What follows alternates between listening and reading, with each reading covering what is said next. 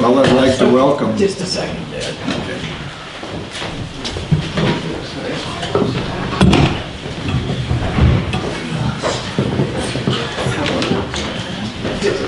She lost power, so she's gonna have to be back on again. Well.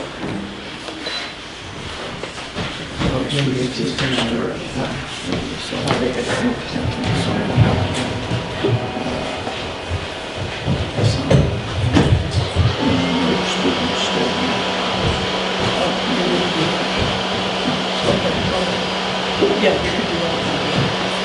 Powers coming up.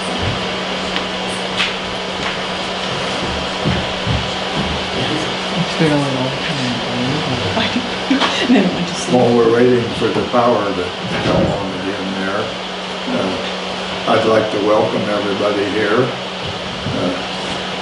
We had no idea whether we would have 10 or 100 people, but I think we got somewhere around, what, 50? So we're glad everyone came. At this time, I'd like all of the former Node school students to stand.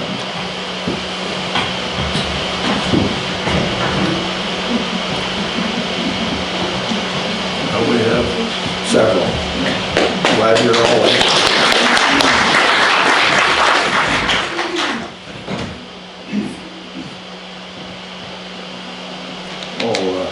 Now, Naomi, would you like to play a song? Okay. And lead us in a song? Is this the light switch down for the lights? No, it's back there, and Ron's gonna give it. Oh, okay. Do we need to pass books out? No, but I forgot. I was just going to tell you what. Okay, the song is "Oh Beautiful for Spacious Skies." I think it used to be called America, but in this book, America the Beautiful.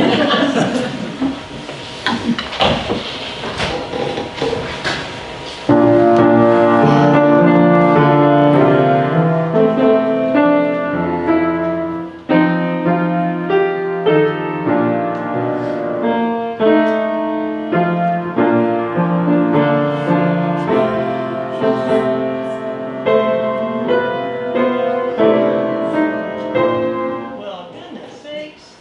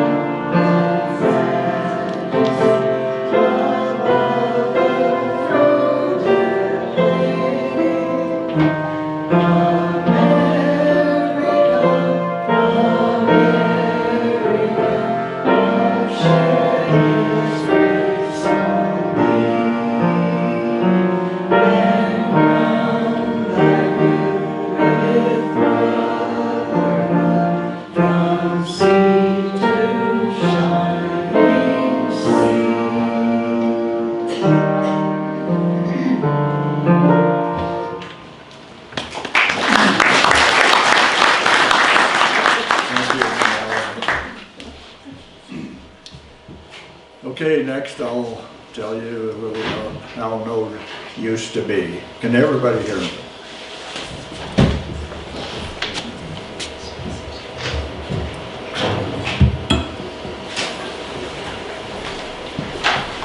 Next slide. Okay, the town was founded in 1910. It was founded to fill the needs of the homemakers, the homesteaders, sorry, who came for miles to fill their needs. They could get about anything they needed here at Node. It was also founded for the Node Ranch, which I'll tell you more about later.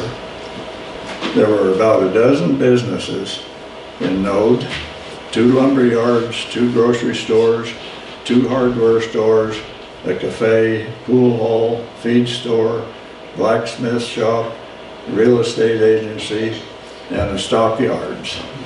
I can remember as a teenager trailing sheep up to the stockyards at Node and loading them on the train and sending them to Omaha.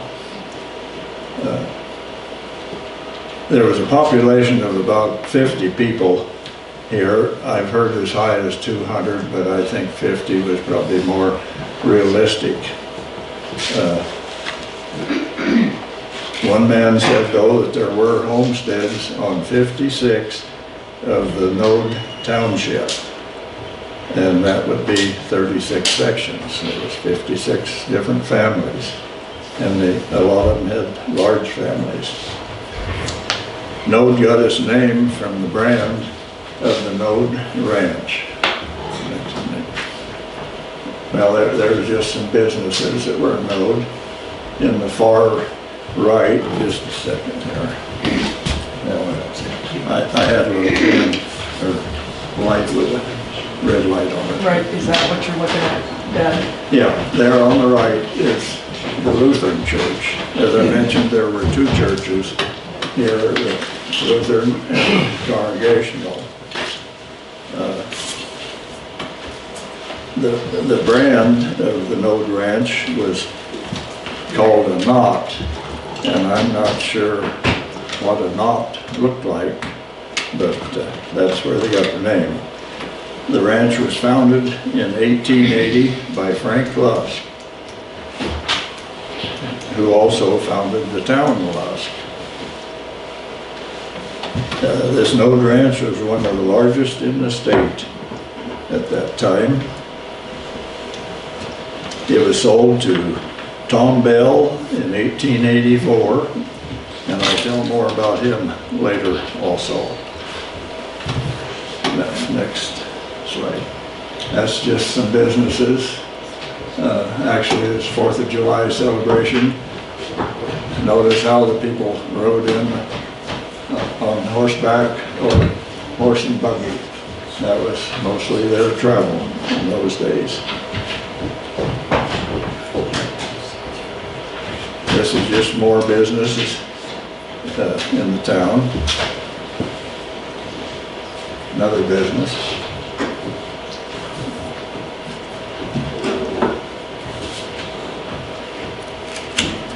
Okay, that was the Node Post Office. In 1882, Tom Bell actually applied for a post office to be at the ranch. They didn't get it, but in 1884, there was a post office in Lusk when it was still part of Converse County. Now, I don't quite understand this because Lusk wasn't founded until 1886, but they said there was a post office at Lusk in 1884. We got our mail there. Well, I'll get into that more later also, because I can't remember all these dates that I'm going to throw out to you. Next. That was the pot of boxes that was in the Node Post Office. We got our mail there until actually 2007, but they closed the post office. This doesn't seem to be working. Is that the one you want? That's what slide I want, but you can see that little sign up there in the middle. Well, they closed the post offices because there was 3 cases of vandalism, or that's what they used for their excuse anyway. The first one, somebody just took the fire extinguisher and sprayed white powder all over, and they got excited and thought it was anthrax. The second one, they stole that little plaque up there in the middle that says U.S. Post Office.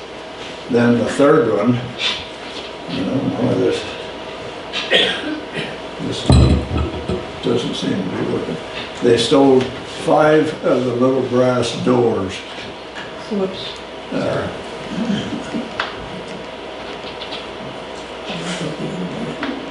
You getting closer? No? We'll get there. They stole 5 of the little brass doors off of those boxes. There we go. And they were very careful that they did not tamper with any box that had mail in. They could see through the door if it had mail or not.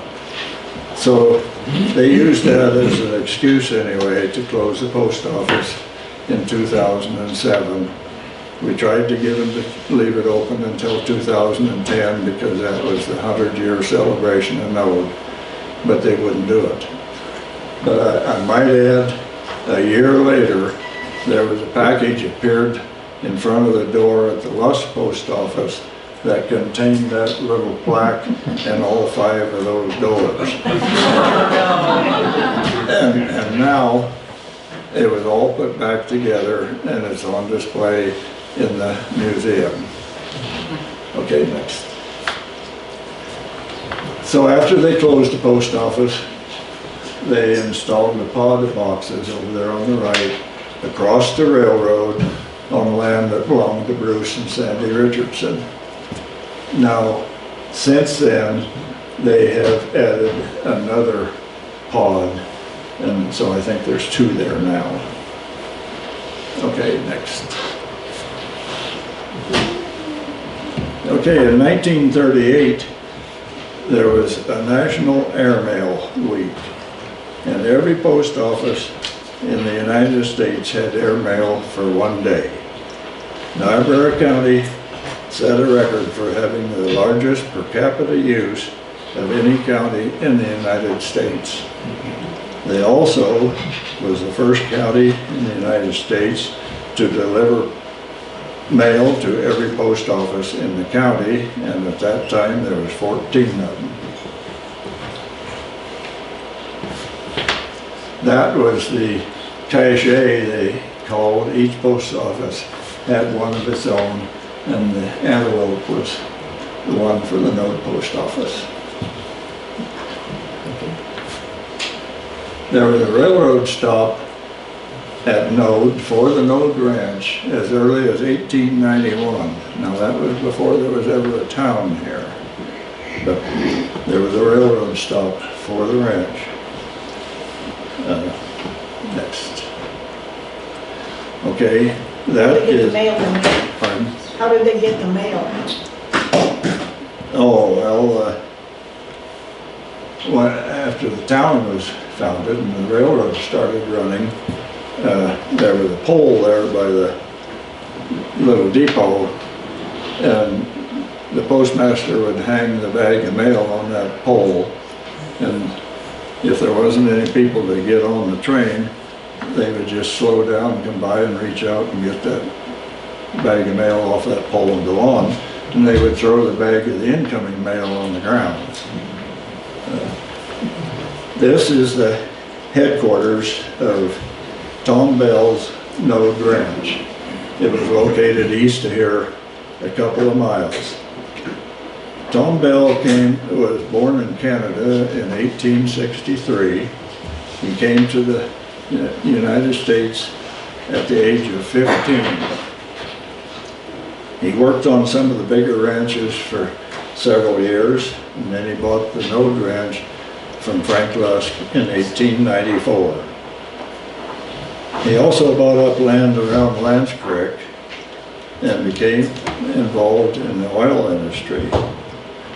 He organized the Buck Creek Oil Company and the Tom Bell Royalty Company and controlled thousands of acres in the field. At one time, he was offered $3 million for his interest and he refused it. Now that was a lot of money back in those days, I can't imagine that.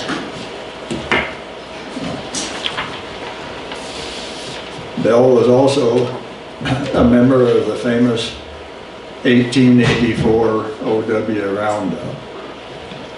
That roundup lasted for 6 weeks.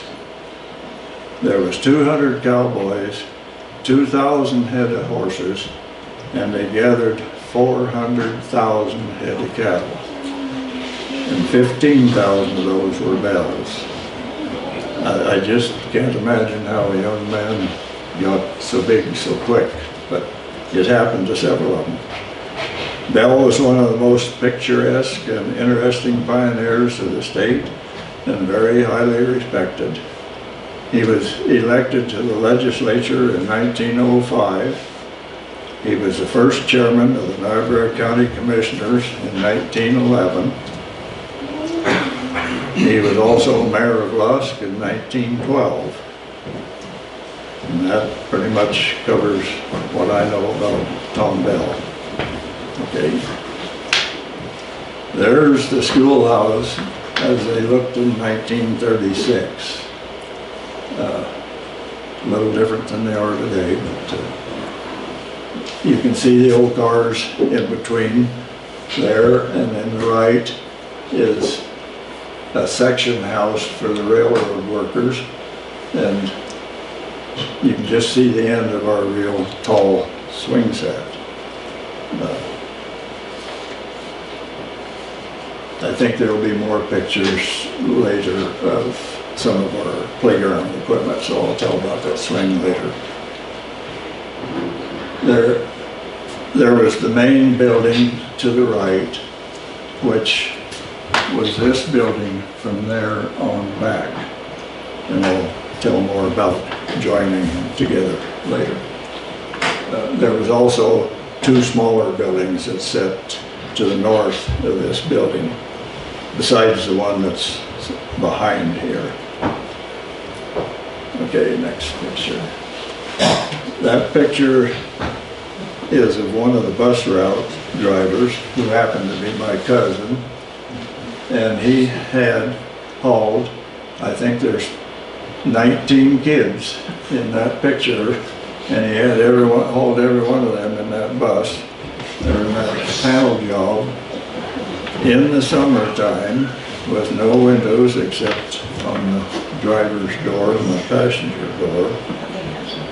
And you can see they were not all small kids by any means either.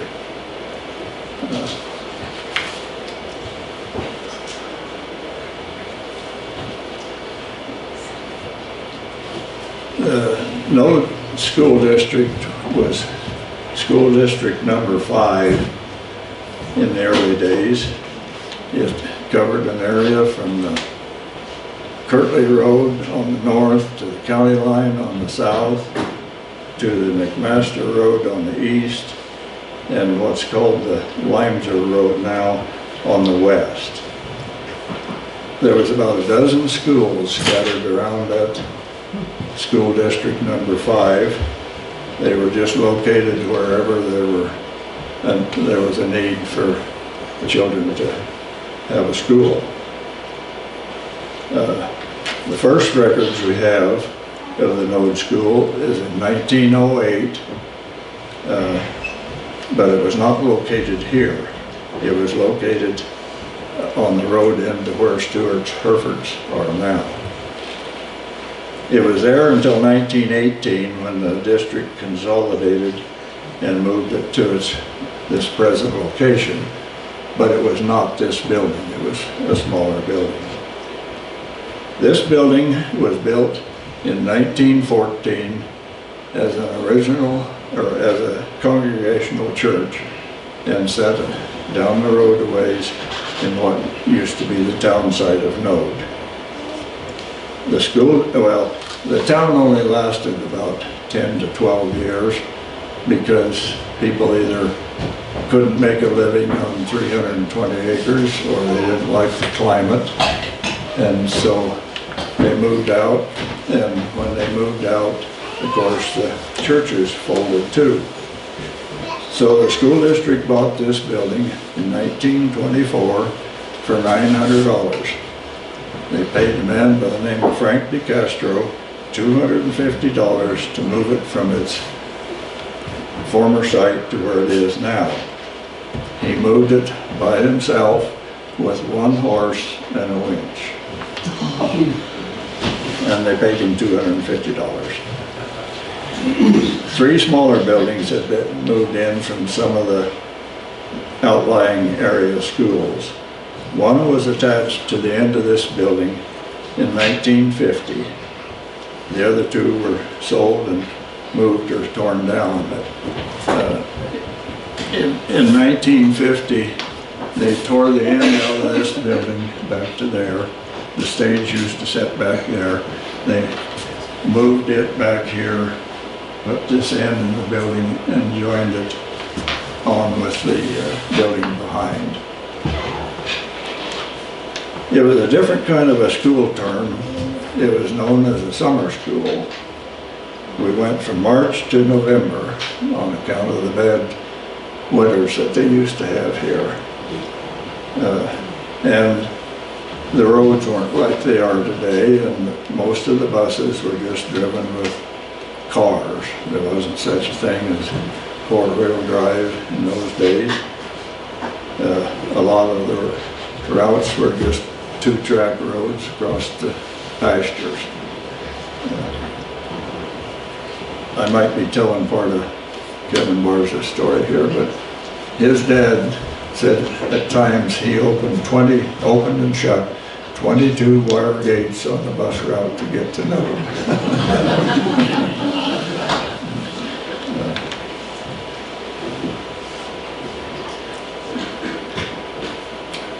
For a field day, we used to walk up Node at the depot and wait for the passenger train to come along, and rode it into town and visited the courthouse and the library and I think the jail, as I remember, and certainly the creamery where we all got an ice cream cone before we boarded the train and came back out to Node. When I was going to school here, we had a well out to the east of the building that had a pump on it with a long handle, and we would pump a bucket of water and bring it in and set it back there in the kitchen, and there was a dipper there, and we each had a tin cup, which I don't have one with me, but there's 2 of them back there on that table. We each had our own tin cup, and we dipped the water out of the pail into that cup, and that was our drinking water. We also had to carry our lunch, and this was before we had no electricity, we had no running water in here. We had 2 restrooms, or outhouses out behind, one for the boys and one for the girls. When we would have like a Christmas program or something, parents would bring kerosene lanterns or a gas lantern or something and hang them around, and that was our lights. Of course, we heated with wood and coal stoves. Okay, let's see what's next. That's just some of the kids here in 1943. I didn't happen to be in that picture because I was going to Prairie Center at that time. Okay, there was one of the favorite pieces of playground equipment, was that merry-go-round. And I think if you count them, there's at least 30 kids on that. Now, it was about 12 foot in diameter, and we'd all get on there and get it going around and around, and then swing it in and out till it would clang on the pole. And the teachers thought that was dangerous, so they had bars welded in between it so it would just go around and around. That took most of the fun out of it. Show them which one is you. Huh? Show them which one is you. And Donna, are you on there? Where are you at, Donna? I was standing. I don't find her right offhand.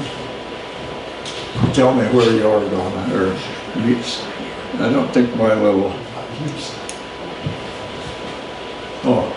Bonnie, There's one. Yeah, Donna Wood and Marie Schultz, Darren Wood, Wood. I was in there somewhere. yeah, I don't see it right offhand, but I know you're in there. And, I'm up there in the top There's Joyce Walker, right-hand corner. Eileen Brock. I can go back to the class picture before that and tell you everybody.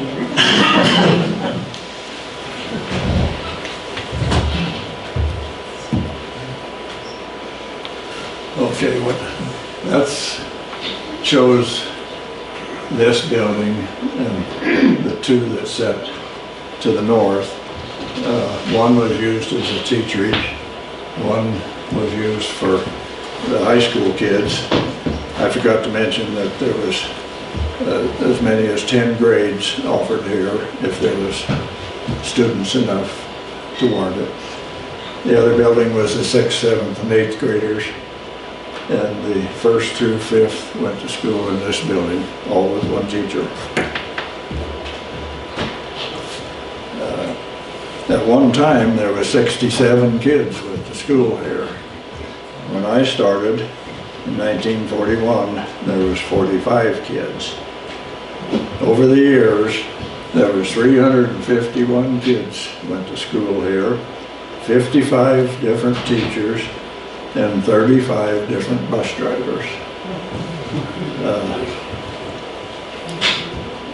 Let's see. I don't see it right offhand, but in 1952, they changed the school term from summer school to a regular school term. In 1952-53 was the last year of high school offered here.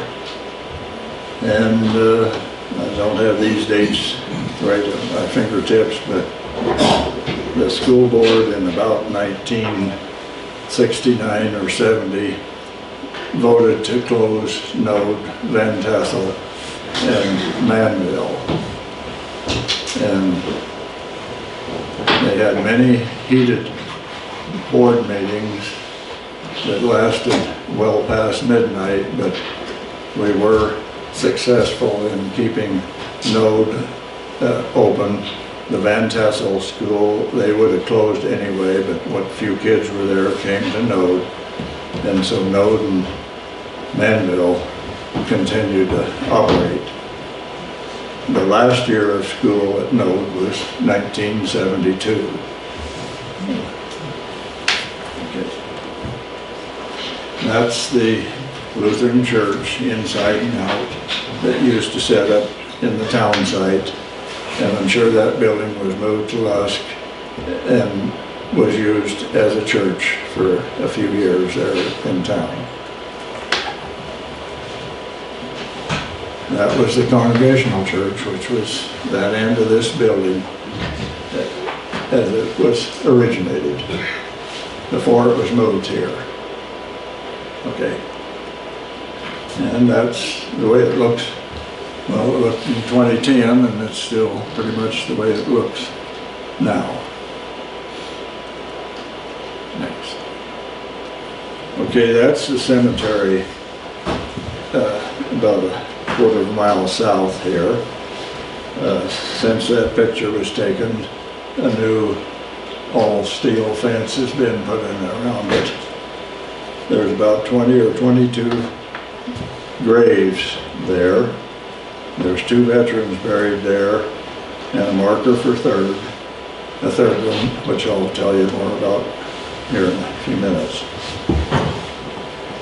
In 1915, I don't know if we have any picture on this, but in 1915 there was a tornado that went through this area, and it didn't hit the town itself. It kind of went down right along the railroad track, and there was a section house there that a family by the name of Gimmel were living in, and it completely destroyed that section house and another house that was there. It killed a little boy, 5 years old, Wilbur Gimmel, with a nail in his head. His 3-year-old sister got a broken leg out of it. And Mrs. Gimmel was found out in the pasture still holding on to her baby. A little girl from the other house was found still laying on the mattress out that it sucked out of her crib and landed out in the pasture. A cowboy by the name of Jim Shaw, well, it rained and hailed hard during that tornado. And so this Jim Shaw took off horseback for Lusk to get a doctor to set the leg on this little girl. He got to Lusk and the doctor was out of town, so him and another fella broke into the rail yard storage shed and got a hand car. And I don't know, some of you know what I'm talking about, some of you probably not, but it was probably 6 foot square and it had a big handle on the front that you pumped it to make it go. Well, back up just a little bit. On the way to town, the water was so deep in west of where Terry Larson used to live that he got off of his horse, hung onto his tail, and they swam across that water to get to town. On the way out, since there was no doctor in town, they picked up a veterinary by the name of Carlton Paisley, and you probably want to tell more about that too. So I won't say more about that. Okay, do we have, I don't think we have any picture, but... Go ahead and finish what you was going to say about Doc. What he Are did. you sure you don't want to tell it? Yeah, go ahead. Well, anyway, they picked up Dr. Carlton Paisley, who was a veterinary, and he set the leg on that little girl. Some of the cowboys didn't think he ought to be working on a little girl, but the women ran him off, and so he did set that leg. A few days later, they took her to Douglas to the hospital, or to the doctor, and the doctor said it couldn't have been done any better, so he did a great job. Okay, I think the last thing on my list is the military. So would any veteran or present service person please stand? Do we have it? Yeah, Terry, you're a veteran. There we go. Okay.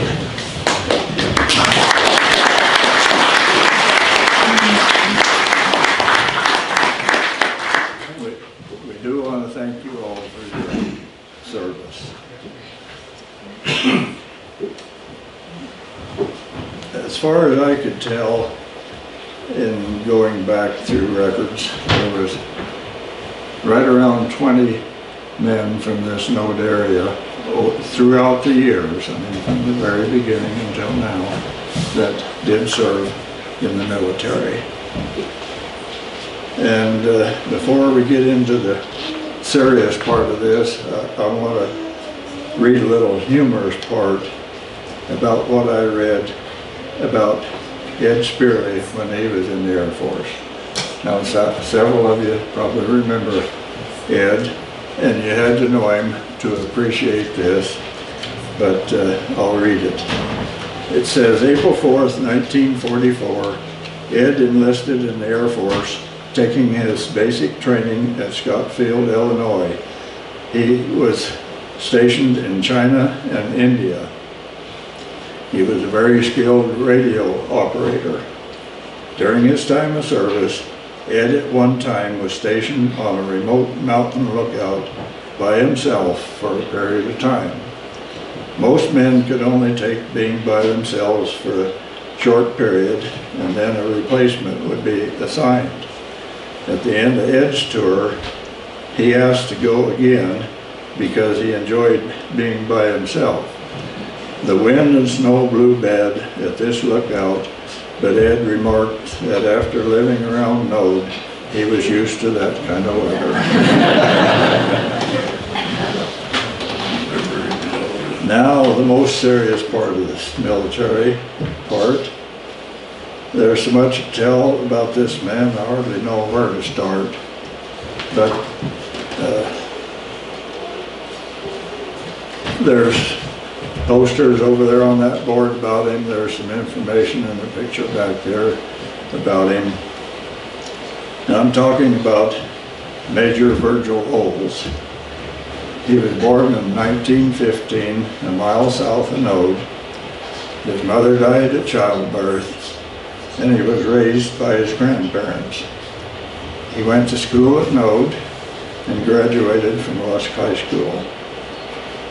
I can just barely remember the man, but Donna remembers him better and said that he used to come to their place and take her brothers for rides on his motorcycle. An Indian. An Indian motorcycle ride.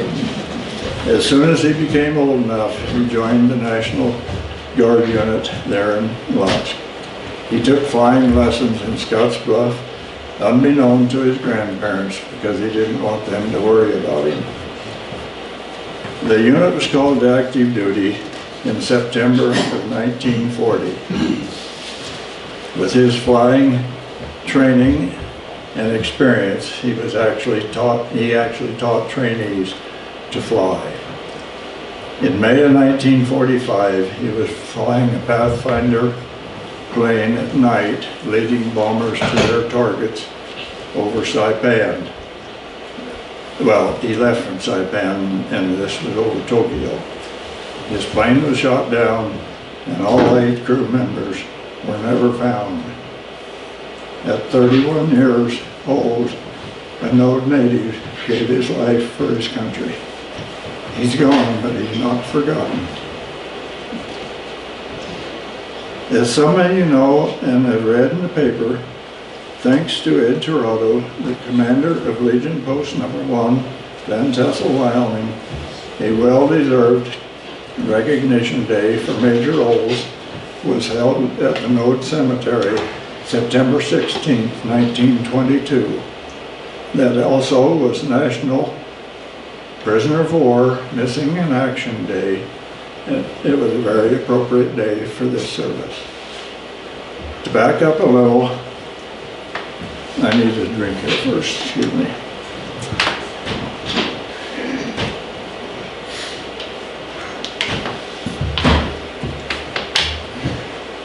To back up a little, I don't mean to bring politics into this, but several years ago, some of the Legion members contacted the VA and requested a headstone be placed in the Node Cemetery at his grandparents' grave in honor of him.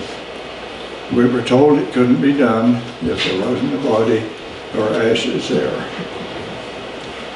We contacted our congressional representatives and got no action. Now this is a case that it proves if you don't succeed at first, try again.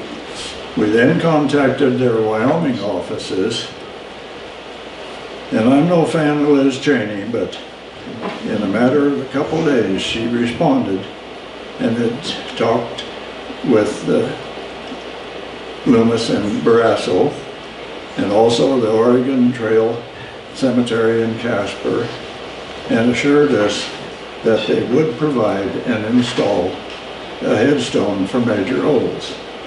And this they did. A few weeks later, a nice headstone was installed. It's in that picture back there. As far as the recognition day, it was held at the Node Cemetery. A large tent was set up for the people to sit under. Governor Gordon was here, along with several military officials out of Cheyenne, an honorary flag patrol, and patriot riders. Yet to be elected Harriet Hageman was also there, along with other dignitaries, along with a crowd of, I think, around 120 people. It was the third largest event ever held at Node in my lifetime. The only two larger were the school reunion held in 1986 with about 150 people from 14 states in Germany here. The other was the 100-year celebration of Node in 2010.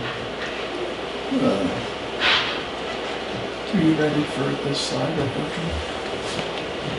What do you got next? Oh yeah, there's the memorial, the stone that was placed in the Node Cemetery in his honor.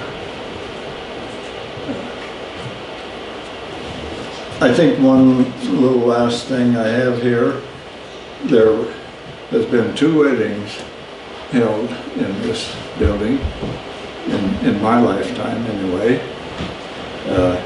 One was a friend of Carmen's and mine from California who married a girl from India. And a marriage in India was not recognized in the United States, so the groom had been here several times with us and he liked this building, and so they were married here. And the other one was Travis and Morgan Schultz were married in this building. And anybody have any questions? Okay, thank you.